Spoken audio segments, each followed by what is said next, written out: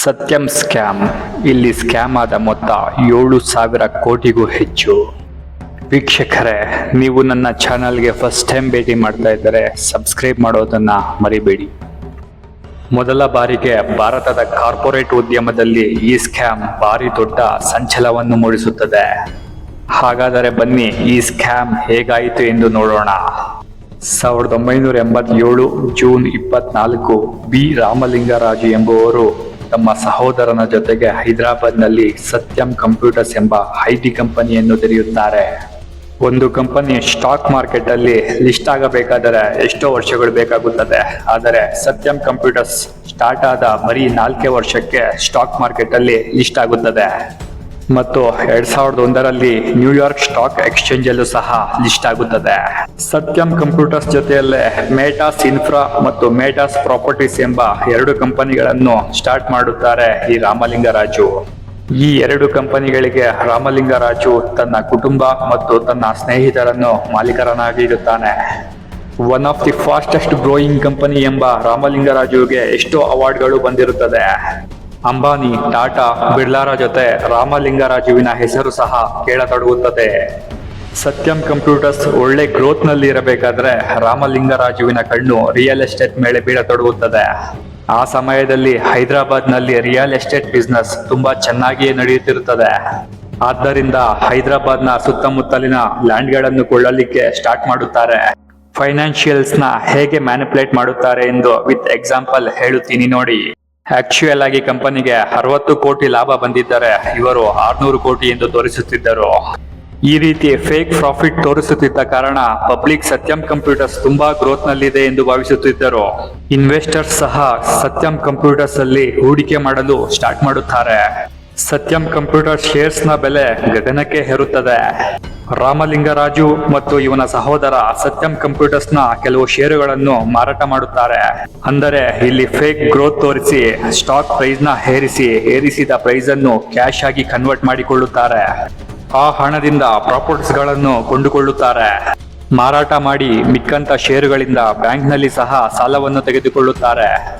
ಈ ಎಲ್ಲಾ ಹಣದಿಂದ ಯಾರಿಗೂ ಡೌಟ್ ಬರದ ಹಾಗೆ ಮೇಟಾಸ್ ಎಂಬ ಕಂಪನಿಯ ಹೆಸರಿನಲ್ಲಿ ಪ್ರಾಪರ್ಟೀಸ್ ನ ಬೈ ಮಾಡುತ್ತಿದ್ದರು. ಈ ರೀತಿ ಹಿಂದೆ ಮುಂದೆ ನೋಡದೆ ಪ್ರಾಪರ್ಟೀಸ್ ಗಳನ್ನ ತೆಗೆದುಕೊಳ್ಳಲು ಕಾರಣವೇನೆಂದರೆ ರಾಮಲಿಂಗರಾಜುವಿಗೆ ಹೈದರಾಬಾದ್ ನ ಮೆಟ್ರೋ ಪ್ಲಾನ್ ಸಿಕ್ಕಿರುತ್ತದೆ. ಹೈದರಾಬಾದ್ ಗವರ್ಮೆಂಟ್ ನ ಮೆಟ್ರೋ ಪ್ಲಾನ್ ಪ್ರಪೋಸಲ್ ಹೇಗೋ ರಾಮಲಿಂಗರಾಜುವಿಗೆ ಸಿಕ್ಕಿರುತ್ತದೆ.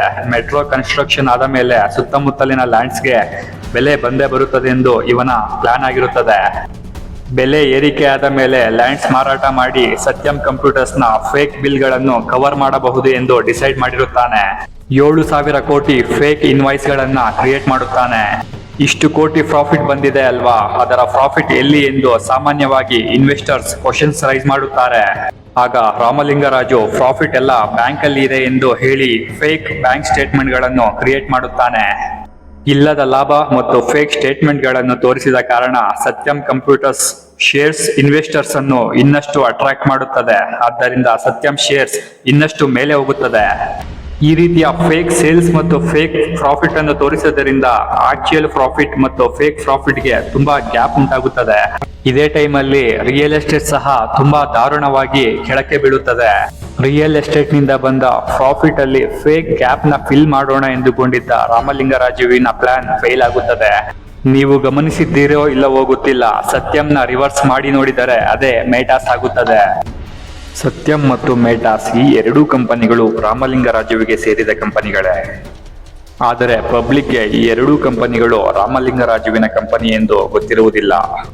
ಸತ್ಯಂ ಕಂಪ್ಯೂಟರ್ಸ್ ಬೇರೆ ಒಂದು ಪ್ಲಾನ್ ಅನ್ನೇ ಮಾಡುತ್ತದೆ. ಅದು ಏನೆಂದರೆ ಮೇಟಾಸ್ ಕಂಪನಿಯ ಷೇರುಗಳನ್ನ ಬೈ ಮಾಡಿ ಫೇಕ್ ಮಾಡಿರುವ ಗ್ಯಾಪ್ ಫಿಲ್ ಮಾಡಬೇಕೆಂಬುದಾಗಿರುತ್ತದೆ. ಯಾರಾದರೂ ಫೇಕ್ ಮಾಡಿರುವ ಬಗ್ಗೆ ಕ್ವಶನ್ ರೈಸ್ ಮಾಡುವ ಮೊದಲೇ ಮೇಟಾಸ್ ಕಂಪನಿಯ ಷೇರುಗಳನ್ನು ಬೈ ಮಾಡಿದ್ದೀವಿ ಎಂದು ಡ್ರಾಮಾ ಮಾಡುತ್ತಾರೆ. ಇನ್ವೆಸ್ಟರ್ಸ್ಗೆ ಈ ಡೀಲ್ ಸ್ವಲ್ಪನೂ ಇಷ್ಟ ಇರುವುದಿಲ್ಲ. ಏಕೆಂದರೆ ಇನ್ವೆಸ್ಟರ್ಸ್ ನ ಒಪ್ಪಿಗೆ ಇಲ್ಲದೆ ರಾಮರಾಜು ಈ ಡೀಲ್ ಮಾಡಿರುತ್ತಾರೆ. ನಿಧಾನವಾಗಿ ಇನ್ವೆಸ್ಟರ್ಗಳು ತಮ್ಮ ಷೇರುಗಳನ್ನು ಎಕ್ಸಿಟ್ ಮಾಡಲಿಕ್ಕೆ ಸ್ಟಾರ್ಟ್ ಮಾಡ್ತಾರೆ. ಆದ್ದರಿಂದ ಸತ್ಯಂ ಶೇರ್ ಪ್ರೈಸ್ ಬೀಳುವುದಕ್ಕೆ ಸ್ಟಾರ್ಟ್ ಆಗುತ್ತದೆ. ಈ ಕಾರಣದಿಂದಾಗಿ ನ್ಯೂಯಾರ್ಕ್ ಸ್ಟಾಕ್ ಎಕ್ಸ್ಚೇಂಜ್ ಅಲ್ಲಿ ಸತ್ಯಂ ಸ್ಟಾಕ್ ಪ್ರೈಸ್ 50% ಬಿದ್ದು ಹೋಗುತ್ತದೆ.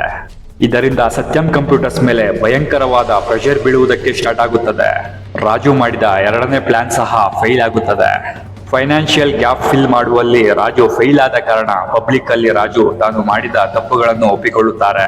ರಾಜು ತೋರಿಸಿದಂತಹ fake and real financial gap ಬರೋಬ್ಬರಿ 7,000 ಕೋಟಿ ಆಗಿರುತ್ತದೆ. ಈ ಸ್ಕ್ಯಾಮ್ ರಾಜು ಒಪ್ಪಿಕೊಂಡ ಮೇಲೆ ಒಂದು ಕ್ವಶನ್ ರೈಸ್ ಆಗುತ್ತದೆ. ಇಷ್ಟು ವರ್ಷ ಈ ಸ್ಕ್ಯಾಮ್ ನಡೆಯುತ್ತಿದ್ದರು ಇಂಡಿಪೆಂಡೆಂಟ್ ಡೈರೆಕ್ಟರ್ಸ್ ಅಂಡ್ ಆಡಿಟರ್ಸ್ ಏನು ಮಾಡುತ್ತಿದ್ದರು ಎಂದು. ಶೇರ್ ಹೋಲ್ಡರ್ಸ್ ಅನ್ನು ಕಾಪಾಡುವುದು ಆಡಿಟರ್ಸ್ ನ ಒಂದು ದೊಡ್ಡ ಕರ್ತವ್ಯವಾಗಿರುತ್ತದೆ. ಆಡಿಟರ್ಸ್ ತಮ್ಮ ಕೆಲಸವನ್ನು ಸರಿಯಾಗಿ ಮಾಡಿದ್ದರೆ ಈ ಸ್ಥಿತಿ ಬರುತ್ತಿರಲಿಲ್ಲ. ಆಡಿಟರ್ಸ್ ಸಹ ಶೇರ್ ಹೋಲ್ಡರ್ಸ್ ನ ಇಲ್ಲಿ ಮೋಸ ಮಾಡಿರುತ್ತಾರೆ. ಜನವರಿ 9, 2000 ರಾಮಲಿಂಗರಾಜು ಮತ್ತು ಇವನ ಸಹೋದರನನ್ನು ಅರೆಸ್ಟ್ ಮಾಡುತ್ತಾರೆ. ಈ ಸ್ಕ್ಯಾಮ್ ಹೊರಬಂದ ಮೇಲೆ ಗೌರ್ಮೆಂಟ್ ಕೂಡಲೇ ಸತ್ಯಂ ಕಂಪ್ಯೂಟರ್ಸ್ಗೆ ಹೊಸ ಬೋರ್ಡ್ ಆಫ್ ಡೈರೆಕ್ಟರ್ಸ್ ನ ನೇಮಕ ಮಾಡಬೇಕೆಂದು ನಿರ್ಧರಿಸುತ್ತದೆ ಮತ್ತು ಈ ಕಂಪನಿಯನ್ನು ಮಾರಾಟ ಮಾಡಬೇಕೆಂದು ನಿರ್ಧರಿಸುತ್ತದೆ. ಅಂದುಕೊಂಡಂತೆ ಟೆಕ್ ಮಹೇಂದ್ರ ಸತ್ಯಂ ಕಂಪ್ಯೂಟರ್ಸ್ ನ 50% ಷೇರುಗಳನ್ನು ಕೊಂಡುಕೊಳ್ಳುತ್ತದೆ. ಟೆಕ್ ಮಹೇಂದ್ರ ಆ ಕಂಪನಿಗೆ ಮಹೇಂದ್ರ ಸತ್ಯಂ ಅಂತ ಹೆಸರು ಸಹ ಇಡುತ್ತದೆ. ಜೂನ್ 2013 ಪೂರ್ತಿಯಾಗಿ ಆ ಕಂಪನಿಯನ್ನು ಟೆಕ್ ಮಹೇಂದ್ರ ಪರ್ಚೇಸ್ ಮಾಡುತ್ತದೆ. ಈ ಸ್ಕ್ಯಾಮ್ ಮಾಡಿದ ಕಾರಣ ಇಂಡಿಯನ್ ಕೋರ್ಟ್ ರಾಮಲಿಂಗರಾಜು ಮತ್ತು ಈತನ ಸಹಚರರಿಗೆ 7 ವರ್ಷ ಜೈಲು ಶಿಕ್ಷೆ ಮತ್ತು ಈತನ ಎಲ್ಲಾ ಆಸ್ತಿಗಳನ್ನು ಮುಟ್ಟುಗೋಲು ಹಾಕಿಕೊಳ್ಳುತ್ತದೆ. ಕೆಲವೊಮ್ಮೆ ನಾವು ಏನೋ ಮಾಡಲು ಹೋಗಿ ಏನೇನೋ ಆಗುತ್ತದೆ. ಈ ಸ್ಟೋರಿ ನೋಡಿದ ಮೇಲಾದರೂ ನೀವು ಸಹ ಹುಷಾರಾಗಿರಿ.